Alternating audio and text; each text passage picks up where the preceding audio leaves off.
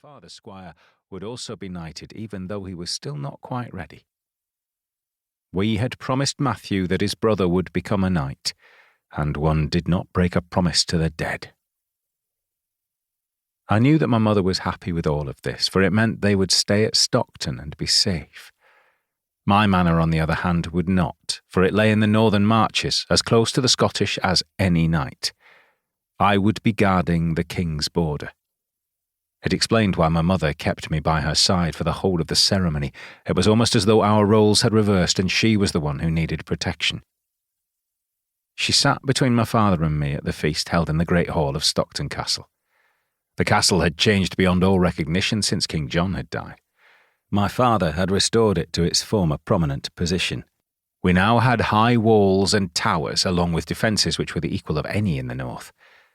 The wall hangings and tapestries which adorned the walls were my mother's idea and reflected the glory of my father and his antecedents. The largest was of Alfred, the Earl Marshal, defeating the usurper Stephen at the Battle of Lincoln. Then there was one showing my father at Arsuf, and another of him in the Baltic, where he had helped Bishop Albert defeat the barbarians in Sweden. My mother was joyous to have her whole family gathered under her roof, and she chattered on while I listened. This was the first feast for a long time that neither Mark nor Henry Samuel had to serve, and they were enjoying the situation. Mark was a tanner's son, and his elevation to knight had been a remarkable one. Henry Samuel was witty, and he was regaling the table with tales from our crusade. I was silent, for I was still wrestling with the waste we had witnessed. The cost of the crusade, not only in men, but also equipment, had been unnecessary. If I was asked, I would not go on crusade again, and I now knew why my father had been so reluctant to return to the scene of his greatest glory.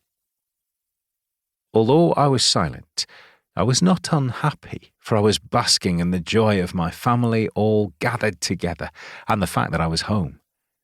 In a perfect world, I would have a manor closer to Stockton so that I could see more of them, but I knew that I was lucky to have what I did.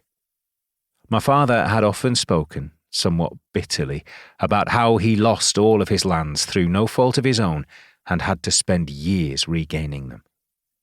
I had been handed my lands, and I knew that I could lose them on the whim of a king. My mother put her hand on my arm. "William, what bothers you?" I smiled and patted her hand. "Nothing. I am quiet because this is not my night. This night belongs to the new knight in the family, Sir Henry, and I would let him enjoy it." "Your father told me of the attempt on your life." She shook her head and stared at the whitening scar along my face. "That there should be such wickedness in the world, and you almost died." But I did not, because God did not wish me to die. I did not say that the margins between life and death were fine.